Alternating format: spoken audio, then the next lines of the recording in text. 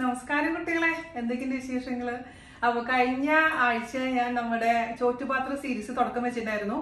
അത് വീഡിയോ കണ്ടിട്ട് എന്താ പറയാ, ദൈവമേ, എനിക്ക് ഇതുവരെ മെസ്സേജ് അയക്കാത്ത ഒരുപാട് പേര് മെസ്സേജ് അയച്ചിട്ടുണ്ടായിരുന്നു. നൊസ്റ്റാൾജിയ, അവരുടെ സ്കൂളിലത്തെ വിശേഷങ്ങള്, കോളേജിലത്തെ വിശേഷങ്ങളൊക്കെ പറഞ്ഞിട്ട് അത് കേട്ട് വായിച്ചപ്പോ എനിക്കും ഭയങ്കര സന്തോഷവും അതിന്റെ കൂട്ടത്തിൽ കൂടെ സങ്കടവും തോന്നി. അപ്പോ തീർച്ചയായിട്ടും ഇതിന്റെ എപ്പിസോഡ് രണ്ടാമത്തെ എപ്പിസോഡ് കാണുന്നത് പറഞ്ഞിട്ടുണ്ടായിരുന്നു. അതിന്റെ അടിസ്ഥാനത്തിലാണ് ഇന്ന് ഞാൻ വന്നിരിക്കുന്നത്. ചെറിയ ചെറിയ നമ്മുടെ ഇന്ന് ഉണ്ടാക്കാൻ പോകുന്നത് എന്താണ് നമുക്ക് നേരിട്ട് കാണാം. ഓക്കെ, അപ്പൊ നേരെ അടുക്കളയിലോട്ട് പോവാം. അപ്പൊ ഞാൻ ഇന്ന് ചെയ്യാൻ പോകുന്നത് അച്ചിങ്ങ മെഴുക്കുവരട്ടിയാണ്. അച്ചിങ്ങാപ്പയർ മെഴുക്കുവരട്ടി. അച്ചിങ്ങാപ്പയർ എന്ന് പറയാൻ പറ്റില്ല, കുറച്ച് മണിയൊക്കെ ഉണ്ട്. അപ്പൊ എന്റെ വീട്ടിൽ അമ്മയൊക്കെ ഉണ്ടാക്കുമ്പോൾ എന്റെ പ്രിയപ്പെട്ടെന്ന് പറഞ്ഞാൽ മണിപ്പയറാണ്. അതായത് മണിപ്പയർ എന്ന് ഉദ്ദേശിക്കുന്നത് ഈ മണി മാത്രമേ ഉണ്ടാവുള്ളൂ, ഇതിന്റെ തൊലിയൊന്നും ഉണ്ടാവില്ല. പക്ഷെ ഇവിടെ നിന്ന് അങ്ങനത്തെ മണിപ്പയർ കിട്ടാനില്ലാത്തതുകൊണ്ട് നമുക്ക് ഇത് വെച്ച് അഡ്ജസ്റ്റ് ചെയ്യാം. അപ്പൊ നമുക്ക് തുടങ്ങാം കേട്ടോ. മെഴുക്കുവരട്ടി എല്ലാം ഒരേ റെസിപ്പി തന്നെയാണ് കേട്ടോ. ഞാൻ പെട്ടെന്ന് പറഞ്ഞു പോവുകയാണ്, കാരണം എല്ലാവർക്കും അറിയാവുന്ന ഒരു കാര്യമാണ്. അത് ബോറടിപ്പിക്കുന്നില്ല. എണ്ണ ചൂടാവട്ടെ. എണ്ണ ചൂടായിട്ടുണ്ട്. കറിവേപ്പില ഇട്ട് കൊടുക്കാം.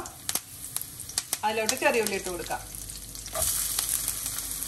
പിന്നെ ഇത് നമ്മൾ ഓൾറെഡി കുക്ക് ചെയ്ത്, ഞാൻ അവനിൽ വെച്ചിട്ട് കുക്ക് ചെയ്തിട്ടുള്ള നമ്മുടെ പയറാണ് കേട്ടോ. അവനിൽ കുക്ക് ചെയ്യുക, അല്ലെങ്കിൽ ഡയറക്റ്റ് ഇട്ടതിന് ശേഷം അടച്ചു വെച്ചിട്ട് കുക്ക് ചെയ്യാം. പക്ഷെ പെട്ടെന്ന് ചെയ്യണമെന്നുണ്ടെങ്കിൽ ഇങ്ങനെ ചെയ്താൽ മതി. ഇനി ഇതിൽ ഉപ്പ് ഇച്ചിരി കുറവായതുകൊണ്ട് അതിൽ ഉപ്പ് ചേർത്ത് കൊടുക്കാം. എന്നിട്ട് നന്നായിട്ട് ബ്രൗൺ കളർ ആവുന്ന വരെ വെയിറ്റ് ചെയ്യാം. അപ്പം നമ്മൾ ഉള്ളി ചെറുതായി വാടി വരുന്നുണ്ട്. അതിലോട്ട് ഒരു അല്പം മുളക് പൊടി ചേർത്ത് കൊടുക്കുന്നുണ്ട്. ഞാൻ ഒന്ന് വാട്ടിയെടുക്കാം. അതിനുശേഷം ചതച്ചമുളക്. ചതച്ചമുളക് ഇല്ലെങ്കിൽ നിങ്ങൾക്ക് മുളക് പൊടി മാത്രം ചേർത്താൽ മതി കേട്ടോ. ചതച്ചമുളക് ഇത് വീട്ടിലെങ്ങനെ റെഡിയാക്കാൻ ഞാൻ കാണിച്ചു തരാം. ഇതിന്റെ പച്ചമണം മാറുന്ന വരെ വെയിറ്റ് ചെയ്യാം. അപ്പോൾ ഇത് മൂത്തിട്ടുണ്ട്. ഇതിലോട്ട് നമ്മുടെ വേവിച്ച് വെച്ചിരിക്കുന്ന പയറിട്ട് കൊടുക്കാം.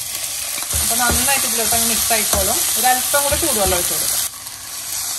എല്ലാം കൂടി ഒന്ന് യോജിക്കണമെന്ന് മാത്രമേ ഉള്ളൂ കേട്ടോ. അപ്പൊ നമ്മളെ പയറ് റെഡി ആയിട്ടുണ്ട്. കുറച്ച് കറിവേപ്പില ഇട്ട് കൊടുക്കാം. ഞാൻ ഓഫ് ചെയ്തു. കുറച്ചും കൂടെ വെളിച്ചെണ്ണ അങ്ങ് തൂകി അങ്ങ് എടുക്കാം. മിക്സ് ചെയ്ത് കൊടുക്കാം. നമ്മുടെ ചിങ്ങപ്പയർ മെഴുക്കുവരട്ടി റെഡി. ഇനി നമുക്ക് എന്താണെന്നറിയാം ഉണ്ടാക്കേണ്ടത്. കാന്താരി മുളക് ചമ്മന്തിയും അതുപോലെ തന്നെ മുട്ട ഓംലെറ്റ്. എന്റെ നോർമൽ ഡേ കുക്കിംഗ് എന്താണെന്നറിയുമോ? ഇത് ഞാൻ കഴിഞ്ഞ വീഡിയോയിൽ കാണിച്ചപ്പോൾ ചക്കയില്ലേ, നമ്മുടെ പ്രിസർവ് ചെയ്ത് വെച്ചിരിക്കുന്ന ചക്ക വെച്ചിട്ടുള്ള ചക്കരിശ്ശേരി. ഇത് അവിക്കും നന്ദുവിനും വേണ്ടിയിട്ടുള്ള ചിക്കൻ. അതുപോലെ തന്നെ ഇത് സ്പെഷ്യൽ ആണ് ജാൻചേട്ടന് വേണ്ടിയിട്ട് ബീഫ് വിന്താലു. അത് മുതിര. ഇത് ഇന്നലെ ഉണ്ടാക്കിയ മീൻകറി, അല്ല നമ്മുടെ മീൻ മുളകിട്ടത്. ചോറ് കടച്ചു വെച്ചാണ് കേട്ടോ, നിങ്ങൾക്ക് വേണ്ടി തുറന്നതാണേ. അപ്പൊ ഇതാണ്. അപ്പം ബാക്കിയുള്ളതും കൂടെ റെഡി ആവട്ടെ കേട്ടോ. അതിലോട്ട് കുറച്ച് ചെറിയുള്ളി അല്ലെങ്കിൽ സവാള, പച്ചമുളക്, ഞാനിവിടെ കാന്താരിയാണ് ഉപയോഗിച്ചിരിക്കുന്നത്, ഇച്ചിരി ഇഞ്ചി, കറിവേപ്പില ചേർത്ത് കൊടുക്കാം. കുറച്ച് ചില്ലി ഫ്ലേക്സ് ചേർത്ത് കൊടുക്കാം. കുറച്ച് ഉപ്പ് ചേർത്ത് കൊടുക്കാം. ഒരല്പം മാത്രം വെള്ളം ചേർത്ത് കൊടുക്കാം. നന്നായിട്ട് ബീറ്റ് ചെയ്ത് കൊടുക്കാം. മുട്ടയപ്പം ഉണ്ടാക്കാൻ വേണ്ടിയിട്ട് ഒരു സോസ് പാൻ ചൂടാക്കുക. അതിലോട്ട് വെളിച്ചെണ്ണ വെച്ച് കൊടുക്കാം. ചൂടാവട്ടെ കേട്ടോ.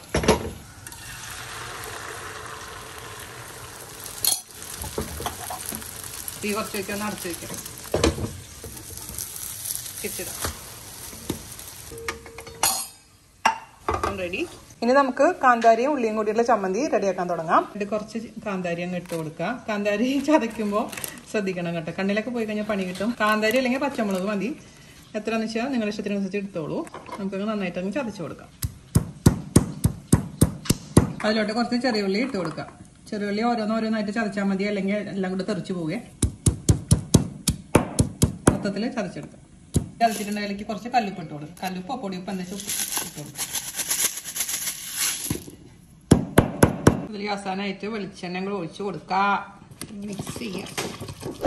ഇപ്പൊ പുളി താല്പര്യമുണ്ടെങ്കിൽ കുറച്ച് പുളി ഇടാം കേട്ടോ. ഞാനിപ്പോ ഈ ചമ്മന്തിയിൽ ഇപ്പൊ പുളി ഇടുന്നില്ല. നമ്മള് കപ്പയുടെ കൂടെ കഴിക്കുമ്പോൾ പുളി ഇടാറുള്ളത്, അല്ലെങ്കിൽ ഞാൻ പുളി ഇടാറില്ല.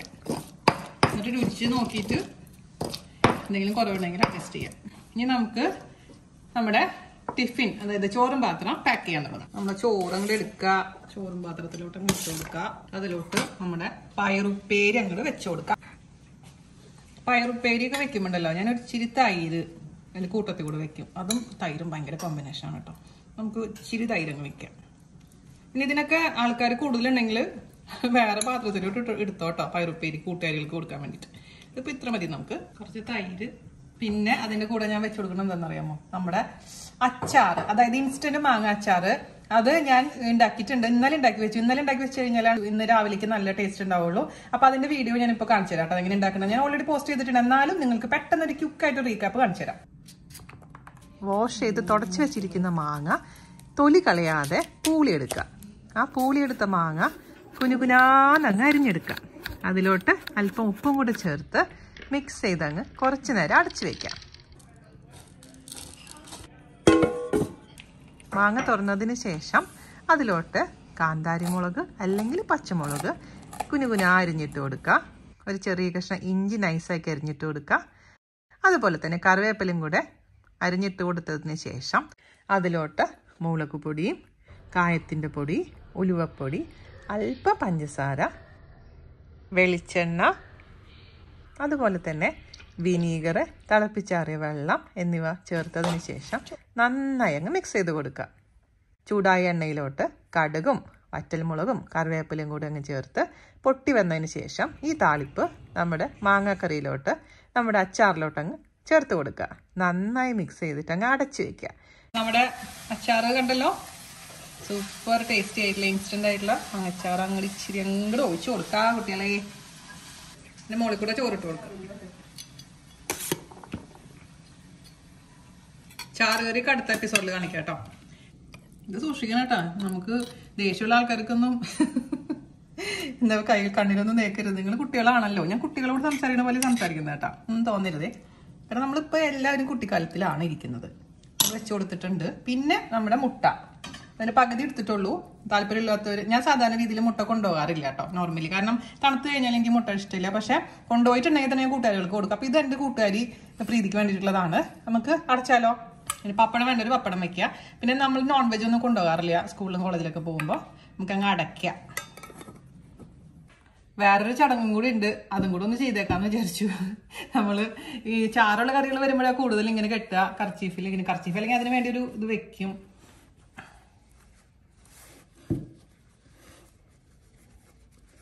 എത്ര പേര് ഇങ്ങനെ കെട്ടിക്കൊണ്ടുപോയിട്ടുണ്ട്.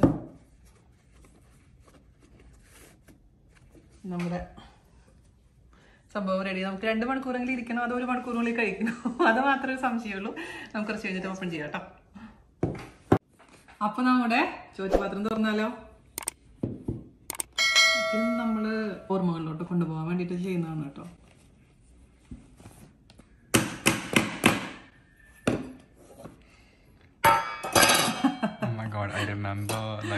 അവിച്ചിരിക്കുന്നുണ്ടല്ലോ. അവിക്ക് വലിയ ഓർമ്മകളുണ്ടോ? Cherian used to have this metal wala box every day in break time. പോവാറുണ്ടോ? താഴെ പോവാറുണ്ടോ? ചില സമയത്ത് ഇങ്ങനെ ചെയ്യുന്ന സമയത്ത് സാധനം കുറെ പോകും. മനസ്സിലാവുന്നുണ്ടോ? അമ്മയൊക്കെ പഠിക്കുന്ന സമയത്ത് അങ്ങനെ ഉണ്ടാവാറുണ്ട്. പ്രത്യേകിച്ച് ഇതിൻ്റെ ഉള്ളിൽ ചാറുകറി ആണെങ്കിലും പിന്നെ പറയാൻ വേണ്ട. നിന്റെ അടുത്തുനിന്ന് പണ്ട് മുട്ടക്കറി പോയത് ഓർമ്മയുണ്ടോ? അങ്ങനെ തന്നെയല്ലേ? അവയ്ക്കും ഉണ്ട് കേട്ടോ കുറച്ച് ഓർമ്മകളൊക്കെ. അപ്പം നമ്മുടെ മുട്ട കൂട്ടുകാരത്തേക്ക് മാറ്റി വെച്ചിട്ടുണ്ട്. നമുക്കിത് മതി. അപ്പം നമുക്ക് തുടങ്ങിയാലോ. ഇതിൻ്റെ ഉള്ളിൽ ഇങ്ങനെ ഡിഗ് ചെയ്യുക. പയർക്ക് ഇങ്ങനെ പുറത്ത് വന്നിട്ടുണ്ട്. ഈ മണിപ്പയർ എന്ന് പറയുന്നുണ്ടല്ലോ, ആവിക്കുട്ടന് ഭയങ്കര ഇഷ്ടമുള്ളൊരു സംഭവമാണ്. മണിപ്പയർ ഓണത്തിന്റെ സമയത്താണ് കൂടുതൽ കിട്ടാറുള്ളത്. അപ്പോൾ ഇതേപോലെ തന്നെ കൂടുതൽ ഇപ്പോൾ അച്ചമ്മയ്ക്ക് ആണെങ്കിൽ നാട്ടിൽ മണിപ്പയർ കൂടുതൽ കിട്ടുമ്പോൾ വാങ്ങിച്ച് ഉരിഞ്ഞ് വേവിച്ചിട്ട് ഫ്രീസറിലൊക്കെ വെക്കും. ഇങ്ങോട്ട് വരുമ്പോൾ കൊടുത്തു വിടാറുണ്ട്. അപ്പോൾ കുറച്ച് നാളായിട്ട് കിട്ടിയിട്ട് കൊറോണയൊക്കെ ആയതുകൊണ്ട് എന്താണെന്നറിയില്ല. അപ്പം അതുപോലെ ടിഫിൻ ബോക്സിന്റെ കാര്യം പറയുമ്പോൾ അമ്മ എന്താ പറയാ, അമ്മ ഈ ഇതേപോലെ തന്നെ നമ്മൾ തൊട്ടടുത്ത വീടായതുകൊണ്ട് അമ്മ ടിഫിൻ ബോക്സ് ഒന്നും കൊണ്ടുപോയിട്ടില്ല. പക്ഷേ ചിലപ്പോൾ ലിഷർ ടൈം ആയിരിക്കും. 12-1 മണിക്കല്ലേ സ്കൂൾ വിടാം. അപ്പൊ അവസാനത്തെ പീരീഡ് ചിലപ്പോൾ ലിഷർ ആയതുകൊണ്ട് അമ്മ ടീച്ചേഴ്സ് റൂമിൽ ഇരിക്കും. അപ്പൊ ടീച്ചേഴ്സ് റൂമിൽ ഇരിക്കുന്ന സമയത്ത് ബാക്കിയുള്ള ഫ്രണ്ട്സ് ഒക്കെ വന്നിട്ട് ഭക്ഷണം കഴിക്കാനിരുന്ന് അപ്പൊ അവര് ടിഫിൻ ബോക്സ് തുറന്ന് അതിൽ നിന്ന് ഒരു പങ്ക് അമ്മയ്ക്ക് കൊടുക്കാറുണ്ട്. അപ്പൊ പുതിയ പുതിയ കറികളൊക്കെ ട്രൈ ചെയ്തിട്ട് വീട്ടിൽ വന്നിട്ട് പറയാം, അമ്മ പുതിയതായിട്ട് ഇന്ന ആൾ സീനിയർ ടീച്ചർ എന്നത് ട്രൈ ചെയ്തിട്ടുണ്ട്, രജൻ ടീച്ചർ ട്രൈ ചെയ്തിട്ട് കൊണ്ടുവന്നിട്ടുണ്ടെന്നൊക്കെ പറഞ്ഞ് അമ്മ വീട്ടിൽ വന്നത് ഉണ്ടാക്കി നോക്കാറുണ്ട്. അപ്പൊ അങ്ങനെ റെസിപ്പീസ് കൈമാറുന്നതും അങ്ങനെ ആ സമയത്തായിരുന്നു. അപ്പോൾ പുതിയ പുതിയ വിഭവങ്ങൾ എനിക്ക് അതിനുശേഷം ഉണ്ടാക്കി തരുമ്പോൾ അതൊരു പുതിയ അനുഭവമായിട്ട് മാറാറുണ്ട്. അപ്പോൾ ലഞ്ച് ബോക്സ് എന്ന് പറയുമ്പോൾ എപ്പോഴും നൊസ്റ്റാൾജിയാണ്. ഞാൻ പറഞ്ഞ പോലെ തന്നെ എനിക്ക് കോളേജിലാണ് ലഞ്ച് ബോക്സിന്റെ കൂടുതൽ 2 വർഷം ഞാൻ കൊണ്ടുപോയിട്ടുള്ളത്. സ്കൂൾ സമയത്ത് വളരെ വിരളമായിട്ടാണ് കൊണ്ടുപോയിട്ടുള്ളത്. അപ്പോൾ കോളേജിൽ ഞാൻ കൊണ്ടുപോയിരുന്നത് എങ്ങനെയാണെന്ന് ഞാൻ കാണിച്ചത്. ചിലപ്പോൾ ചാറുകറികൾ കൊണ്ടുപോകാറുണ്ടായിരുന്നു ഞാൻ. ഇതെന്ന് പറഞ്ഞു കഴിഞ്ഞാൽ ഞാൻ പറഞ്ഞില്ലേ, ചാറുകറിയുടെ പ്രശ്നം എന്ന് വെച്ചാൽ ചിലപ്പോൾ അത് ബാഗിൽ മുഴുവൻ ഒലിച്ചു പോകും. പിന്നെ പുസ്തകമൊക്കെ എടുത്ത് ക്ലീൻ ചെയ്തതിൽ ഒരു പൊട്ട മണൊക്കെ വരും. അതുകൊണ്ട് ചാറുകറി മെയിനായിട്ട് ഇഷ്ടമില്ല. പക്ഷെ ഒരു ചാറുകറി എനിക്ക് ഇഷ്ടമായിരുന്നു, മോരുകറി. അപ്പൊ അതിന്റെ കാര്യങ്ങളൊക്കെ ഞാൻ നാളത്തെ വീഡിയോയിൽ പറയാം, അതായത് അടുത്ത സീരീസിൽ പറയാം. അപ്പൊ ഞാനത് കഴിക്കട്ടെ, ഞാൻ എങ്ങനെയുണ്ട് നോക്കട്ടെ. നമ്മുടെ കാന്താരിമുളക് ചമ്മന്തിയും ഈ പയറും അതിന്റെ താഴെയുള്ള നമ്മുടെ തൈരുണ്ടല്ലോ, ആഹാ എന്താ രസം എന്നറിയാം. പിന്നെ നമ്മുടെ അച്ചാറുണ്ടോ, ഈ അച്ചാറ് വിളിച്ചിരിക്കണുണ്ടാ അമ്മേ. അവിക്കുട്ടന് നല്ല ഒരു ആഗ്രഹം തോന്നുന്നുണ്ട് കഴിക്കാൻ.